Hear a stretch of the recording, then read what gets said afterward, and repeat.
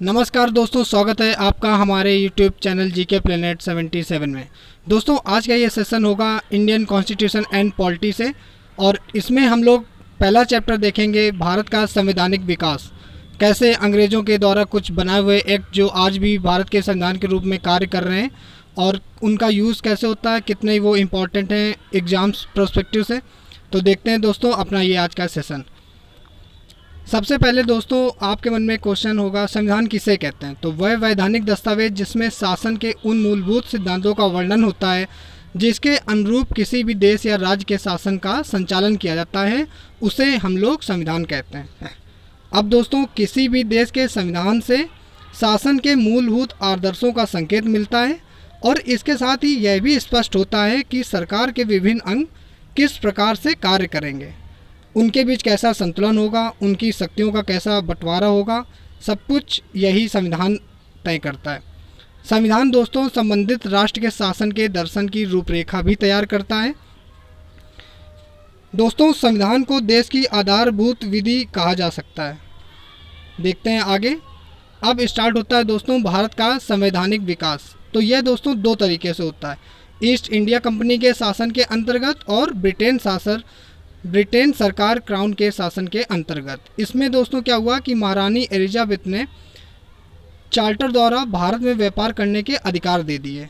अभी तक केवल व्यापार तक ही सीमित थे, अब इनको अधिकार मिल चुके हैं आगे अपनी शक्तियों को विस्तृत करने का।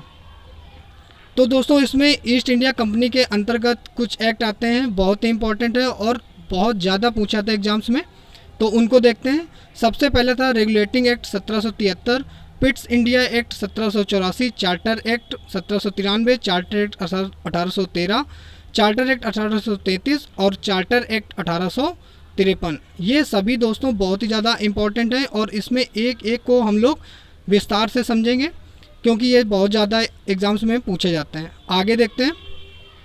अब ब्रिटिश क्राउन के अंतर्गत कुछ शासन अधिनियम हैं। भारत शासन अधिनियम 1858, भारत परिषद अधिनियम 1861, भारत परिषद अधिनियम 1892, भारत परिषद अधिनियम 1909, भारत शासन अधिनियम 1919 और भारत स्वतंत्रता अधिनियम 1947। ये दोस्तों बहुत ही ज़्यादा इम्पोर्टेंट हैं और इनको भी हम लोग दोस्तों एक एक को विस्तार से समझेंगे। तो दोस्तों इसके बाद हम लोग स्टार्ट करते हैं रेगुलेटिंग एक्ट 1773 को। यह एक्ट दोस्तों बहुत ही ज़्यादा इम्पॉर्टेंट है एग्जाम पर्सपेक्टिव से। 1773 के दोस्तों रेगुलेटिंग एक्ट का भारत के संवैधानिक विकास में महत्वपूर्ण स्थान है। इस अधिनियम में हुआ क्या कि भारत में ईस्ट इंडिया कंपनी पर ब्रिटिश संसदीय नियंत्रण स्थापित हो गया। इसमें दोस्तों कहा गया कि भारत में शासन कंपनी के व्यापारियों का निजी मामला नहीं हो सकता।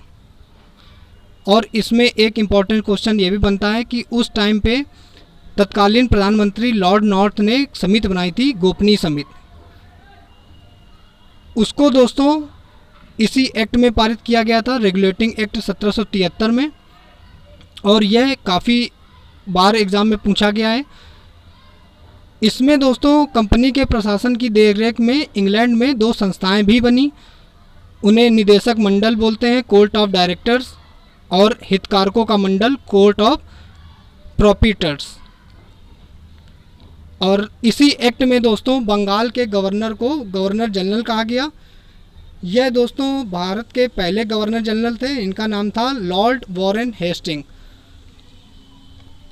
यहाँ पर दोस्तों इसी अधिनियम के द्वारा मद्रास एवं बम्बई के गवर्नर बंगाल के गवर्नर के अधीन हो गए, जबकि पहले सभी प्रेसिडेंटों के गवर्नर किसके थे? अपना खुद, मतलब स्वतंत्र थे। इसी अधिनियम में दोस्तों कलकत्ता में 1774 में एक उच्चतम न्यायालय की स्थापना की गई।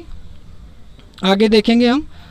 और दोस्तों इसी अधिनियम के माध्यम से ब्रिटिश सरकार ने यह स्पष्ट कर दिया कि भारत में कंपनी के अधीन क्षेत्रों का शासन मात्र ब्रिटिश इंडिया कंपनी के व्यापारियों का निजी मामला नहीं हो सकता।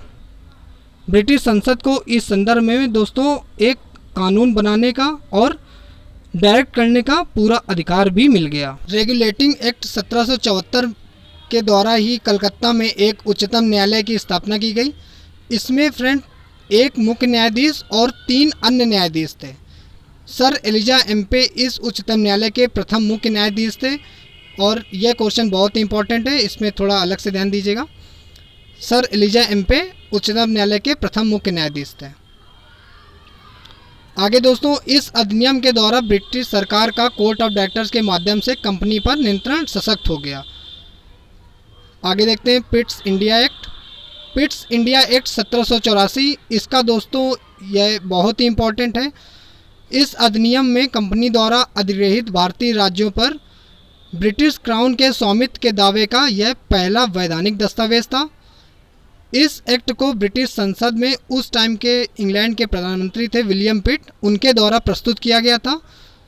इस एक्ट में कंपनी के व्यापारिक और प्रशासनिक शक्तियों और कार्यों को अलग कर दिया गया। मतलब इसमें उनकी शक्तियां थी, उनके प्रशासनिक कार्य थे, उनको अलग किया गया। इसमें इंग्लैंड में 6 सदस्यीय एक नियंत्रक मंडल बोर्ड ऑफ कंट्रोल की स्थापना की गई और दोस्तों उन 6 सदस्यीय जो भी सदस्य थे उन सभी की नियुक्तियां और उनको पद से हटाने का अधिकार भी केवल सम्राट को सौंपा गया।